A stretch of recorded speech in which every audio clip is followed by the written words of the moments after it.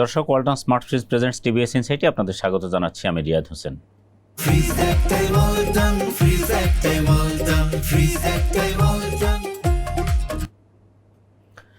দর্শক, বিএনপি নেতৃত্বাধীন সরকারের প্রথম বাজেট। এই বাজেটটি এমন সময় সরকার দিতে যাচ্ছে যখন উত্তরাধিকার সূত্রে এক ধরনের ভঙ্গুর বা গতিমন্থর অর্থনীতি পেয়েছে এই সরকার। সেই সময়ে বিনিয়োগ, ব্যবসা সহ সার্বিকভাবে অর্থনীতি আসলে সরকারের সাহায্য চাইছে, পলিসি সাপোর্ট।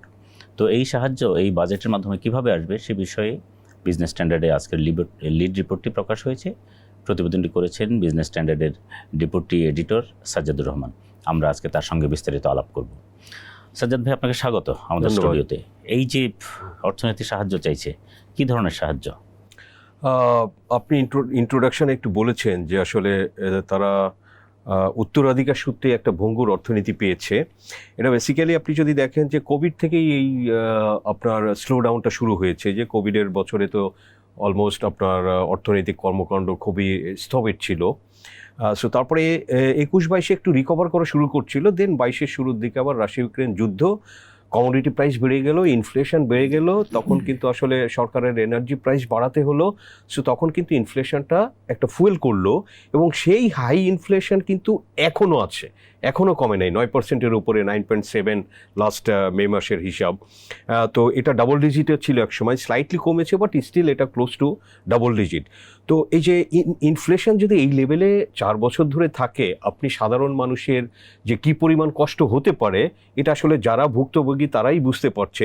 কিন্তু ওয়ার্ল্ড ব্যাংকের ডেটাতেও এটা এসেছে যে বাংলাদেশে আসলে পভার্টি রেটটা বেড়েছে।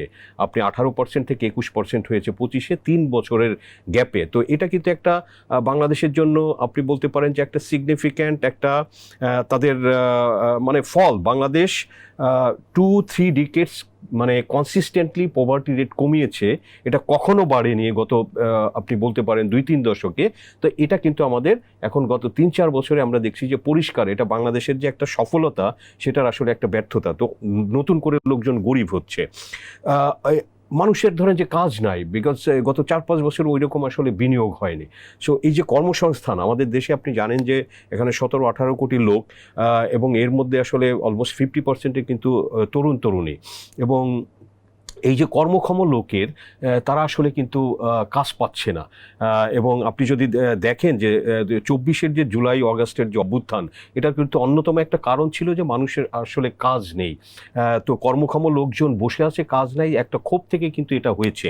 তো এই জিনিসগুলো গত 2 বছরে কিন্তু আরও ডিপেন্ড হয়েছে। আপনি ইন্টারিমের সময় ল অ্যান্ড অর্ডারটা আরও আপনার অবনতি ঘটেছিল, ব্যবসায়ীরা সবাই একটা অনিশ্চয়তার মধ্যে ছিল, এবং ধরেন যে দেশি বিদেশি বিনিয়োগকারী কেউই আসলে ওইভাবে বিনিয়োগ করেনি, যে তারা ওয়েট করেছে যে আমরা একটা নির্বাচিত সরকার কখন আসবে তারপরে তারা এটা করবে। সো দেখেন, ব্যবসায়ীদেরও কিন্তু তখন তাদের এই যে একটা এক্সপেকটেশন যে নির্বাচিত সরকার আসবে, তারপরে তারা তাদের এক্সপানশন বা নতুন ইনভেস্টমেন্ট বা কি ব্যবসা বাণিজ্য করবে এগুলো করবে। এবং একই সাথে আপনি জানেন যে বাংলাদেশের ব্যাংকিং সেক্টরটা খুবই একটা মানে এতটা ফ্র্যাজাইল যে এটা অনেকটা মানে ভঙ্গুর অবস্থায় এটা। তো এই সমস্ত জিনিস আসলে বিএনপি ইনহেরিট করেছে, এবং ইন্টারিমের সময় কোনো ক্ষেত্রে আমি বলবো যে ব্যাংকিংটা ছাড়া বাকি অনেক ক্ষেত্রে আরও ডাউন হয়েছে।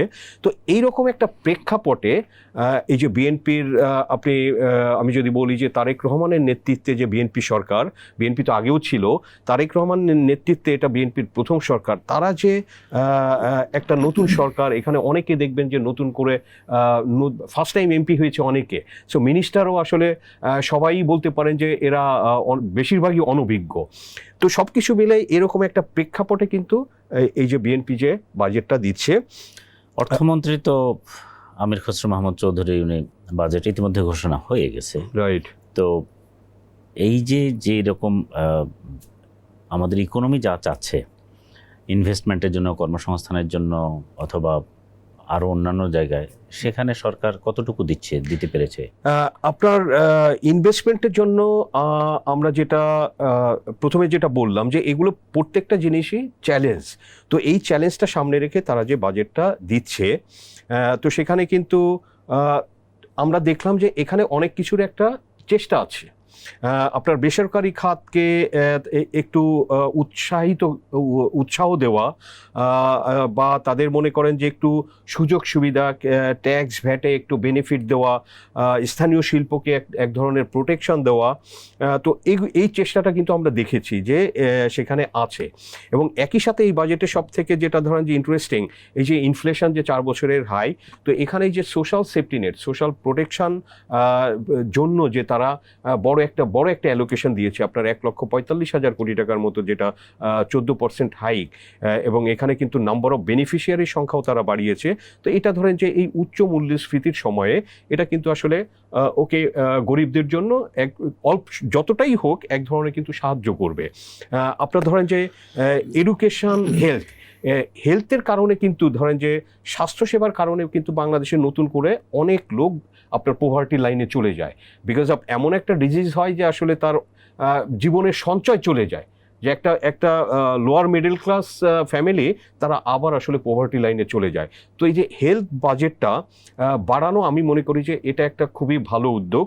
এটা হয়তো আপনার ধরেন যে এই ব্যাপারে এই যে লোকজনের যদি আউট অফ পকেট এক্সপেন্ডিচার মানুষের কমে, এটা আপনি নিজের পকেট থেকে যে খরচটা করতে হয়, এটা জানেন যে আপনার যদি 100 টাকা খরচ হয়, আসলে আমাদের দেশে গড়ে 75 টাকা যায় নিজের পকেট থেকে। এটাও পৃথিবীতে ওয়ান অফ দ্য হাইস্ট। এটা মানে ডেভেলপ কান্ট্রিজে তো আসলে সরকার এগুলো বিয়ার করে, বিকজ মানুষের ট্যাক্স থেকে ইন্স্যুরেন্স এগুলো করে কিন্তু সরকারি ব্যয় বহন করে। তো আমাদের দেশে গরিব দেশ, কিন্তু সবার পকেট থেকে আসলে 100 টাকা খরচ হলে 75 টাকায় যায় নিজের পকেট থেকে। তো যে কারণে মানুষ আসলে এই স্বাস্থ্যসেবা নিতে গিয়েও অনেকে নতুন করে দরিদ্র হয়ে যায়।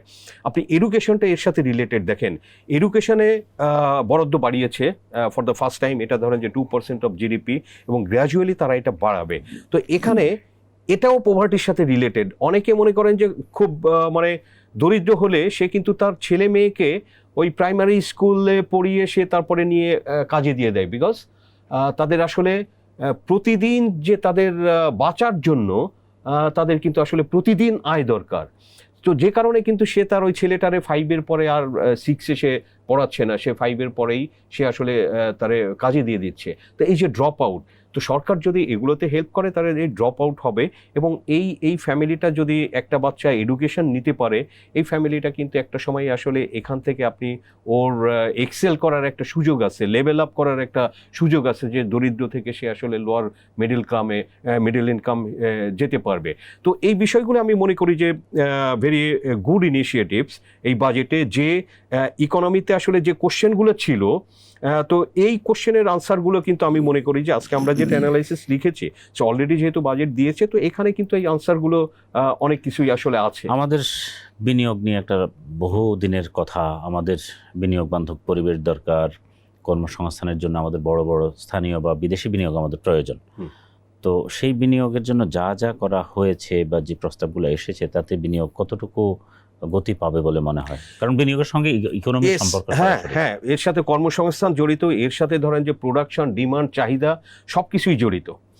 বিনিয়োগ হলে চাকরি হয়, চাকরি হলে মানুষ ধরেন যে কেনাকাটা করে, তো ওই কেনাকাটা করলে একটা ফ্যাক্টরি তার প্রোডাকশন বাড়ে, সে বড় হয়, সে বেশি ট্যাক্স দেয়, সব কিছু এর সাথে জড়িত। তো এখানে হ্যাঁ চেষ্টা করেছে, কিন্তু এখানে যেটা মনে হচ্ছে যে আপনার একটা হলো যে ধরেন যে আপনার রেভিনিউর যে টার্গেট, ওইটা একটা মানে আপনি তো ওই ইনকামের উপরেই এক্সপেন্ডিচারটা দেখাচ্ছেন।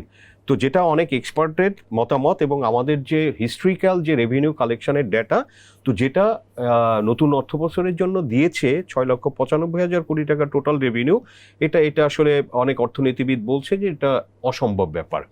ওকে, তো সেখানে কিন্তু আপনার একটা মিসম্যাচ হতে পারে। তো আপনার যে কোশ্চেনটা যে প্রাইভেট সেক্টর বুস্ট হবে কিনা এত সুযোগের জন্য, তো এখানে যেটা বড় কোশ্চেন সবাই বলে, এক হচ্ছে যে আসলে আপনি অনেক সুযোগ সুবিধা দিলেন, লোকজন ফ্যাক্টরি করলো, কিন্তু ফ্যাক্টরি করে সে যদি আসলে গ্যাস এবং বিদ্যুৎ না পায়, এটা একটা বড় ইস্যু। তার তো মেশিন চলবে না।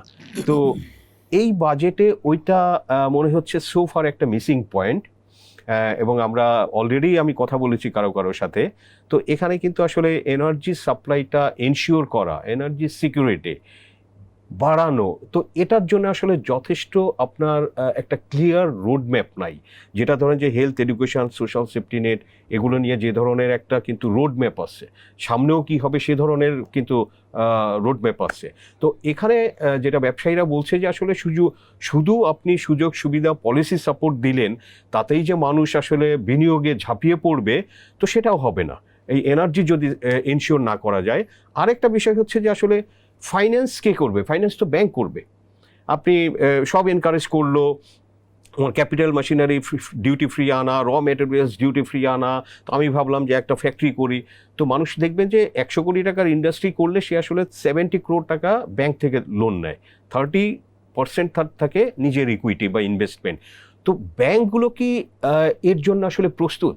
আমরা জানি যে ব্যাংকিং সেক্টরে মানে অনেক দুর্বলতা, সেটা দেখছি আমরা। তো অনেক ব্যাংকেরই আসলে এই সক্ষমতাটা নাই যে এখানে ধরেন যে যদি একটা বিনিয়োগে বড় একটা জাম্প হয়, সো সেখানেও অনেকে বলে যে আসলে আমাদের এই ফাইন্যান্সিংটা কোথা থেকে আসবে। তো সেটা আমাদের সোফার ব্যাংক, যেহেতু ক্যাপিটাল মার্কেট আমাদের অত শক্তিশালী না, তো সেটা কিন্তু আসলে আমাদের ব্যাংকটা আমার কাছে মনে হয় যে ওইভাবে প্রস্তুত না। বাট এই বাজেটে যেটা আছে আপনার, তারা একটু ক্যাপিটাল মার্কেটটারে তারা একটু ডেভেলপ করতে চায় এবং বন্ড মার্কেটটা, সো যেখান থেকে আসলে দীর্ঘমেয়াদে আপনার এই অর্থটা পেতে পারে ব্যবসায়ীরা, উদ্যোক্তারা। তো সেগুলো করলে কিন্তু ব্যাংকের উপরে নির্ভরশীলতাটা কমবে, তখন আসলে সরকার যেটা চাচ্ছে তো সেটা হবে। বাট অনেক সময় আমরা দেখি এগুলো আসলে অন পেপারস, কথার কথা থাকে, বাস্তবায়নে আমরা দেখি যে সবসময় আসলে আমাদের একটা দুর্বলতা থাকে। আপনি ব্যয়ের একটা লম্বা ফিরিস্তির কথা বললেন, সরকারের অনেক ব্যয়ের পরিকল্পনা আছে, অন্যদিকে ট্যাক্স ছাড়ও দেওয়া হয়েছে বেশ কিছু জায়গায় যতটুকু সরকার পেরেছে, কিন্তু আবার সরকার আয়ের একটা লম্বা টার্গেটও নিচ্ছে। আপনার 9 লাখ কোটি টাকার বাজেটের মধ্যে প্রায় 7 লাখ কোটি টাকা সরকার আয় করবে, এনবিআর থেকে 6 লাখ কোটি টাকার বেশি আয় করতে হবে। এখন এই আয়ের আসলে উপায় কি? সরকার কি আয়ের সে রাস্তা তৈরি করতে পেরেছে? আয়ের রাস্তা এবার আপনার সরকার আপনার ভ্যাট, ট্যাক্স এগুলো একটু বেস বাড়াচ্ছে, নেটওয়ার্ক। আপনি এটা হয়তো ধরেন যে অলরেডি ভ্যাটে হচ্ছে যে আপনার বিন নাম্বার এটা নেওয়াটা, ভ্যাট রেজিস্ট্রেশন করা, এটা ধরেন যে অনেক সার্ভিসের সাথে এটা বাধ্যতামূলক করছে। আপনি ইভেন ব্যাংক অ্যাকাউন্ট ওপেনিংয়ের ক্ষেত্রে অনেকের ক্ষেত্রেই তারা আসলে টিন বা বিন এটা ম্যান্ডেটরি করছে। এবং আসলে গ্রামেরও যে অর্থনীতি আছে, তো সেখানে যে ব্যবসা বাণিজ্য আছে, তো সেখানেও কিন্তু আসলে তারা এই নেটের আওতায় তারা আনার চেষ্টা করেছে এই বাজেটে। তো এগুলো হয়তো ফিউচারে আপনার রেজাল্ট দিবে, ইমিডিয়েটলি এটার কোনোটাই আসলে হয়তো দিবে না। বাট এই ভিত্তিটা আবার বাড়ানো দরকার আমাদের। কিন্তু গ্রামীণ অর্থনীতিতেও ধরেন যে আপনি অনেক গ্রামে বড় বড় হাট বাজার আছে, অনেক বড় দোকানদার আছে, তাদেরও আসলে আপনি ধরেন যে মাসে লক্ষ লক্ষ টাকার বেচা কেনাও আছে। কিন্তু আসলে এই বড় একটা জনগোষ্ঠী কিন্তু আসলে আমাদের টোটালি করের আওতার বাইরে আছে। তো এখানে যেটা সরকারের করতে হবে, এরা মানে সবাই কিন্তু ট্যাক্স দিতে চায়, এরকম ইন্টেনশনটা আছে, কিন্তু তারা যেটা ভয় পায় যে আসলে ট্যাক্সের আওতায় একবার আসলে এটা এক ধরনের হয়রানি হবে, হুইচ ইজ অলসো, এটা একদম মিথ্যা না। এটা কিন্তু আমাদের দেশে হয় যে আপনার রেভিনিউর যে অফিসিয়ালসরা আছে, মানে যে দিচ্ছে তার উপর দিয়েই বেশি বেশি নিচ্ছে। তারা ওই এফোর্টটা দিতে চায় না যে নতুন একটা ট্যাক্স পেয়ারে আসলে ইনক্লুড করা। এটা আসলে ওই এফোর্টটা তাদের ট্রুলি দিতে হবে, এবং এখানে যাতে মানুষ কোনো হয়রানির শিকার না হয়। এবং সব থেকে বড় কথা বলবো যে দেখেন, বিদেশে ইউরোপ আমেরিকার ট্যাক্স রেট কিন্তু আসলে 40-45%। তো মানুষ সেটাও তো দেয়, এটা অনেকটা অটোমেটিকও কেটে নেয়। মানুষ এটা দেয় কেন? মানুষ আসলে তারা তো অভিযোগ করে না, দেয় বিকজ তারা এটা সার্ভিস পায়। তারা ট্যাক্স দিলে আপনি বিভিন্ন ধরনের যে সেবা সরকারের আছে, সোশ্যাল সার্ভিস, এডুকেশন, হেলথ, সব কিছুতে একটা হিউজ সাপোর্ট পায়। তো আমাদের এখানে তো আসলে এই ধরনের কিছুই নাই। আপনি এখানে লোকজনের করের টাকা নিয়ে রাস্তাঘাট বানাচ্ছে, সেটা ধরেন যে এটার গুণগত মান বজায় রাখছে না, অপচয় হচ্ছে, অনিয়ম হচ্ছে, বজায় রাখছে না, কারণ এখানে চুরি হচ্ছে, দুর্নীতি হচ্ছে।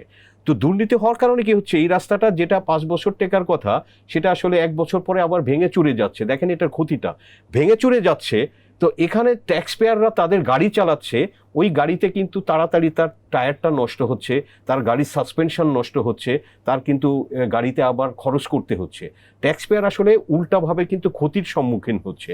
তো এগুলো কিন্তু সরকারের আসলে অ্যাড্রেস করতে হবে।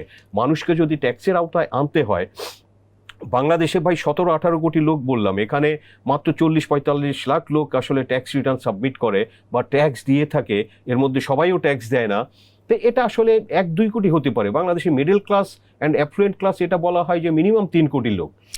গুরুত্বপূর্ণ প্রশ্ন আপনি এনেছেন যে মানুষ ট্যাক্স কেন দিবে। আসলে ট্যাক্স অন্য দেশগুলোতে ট্যাক্স দিয়ে সব ধরনের সার্ভিসই অলমোস্ট পাচ্ছে। বৃদ্ধ বয়সে যখন তিনি নিরুপায় অসহায় হয়ে যাচ্ছেন তখন রাষ্ট্র তার পাশে দাঁড়াচ্ছে।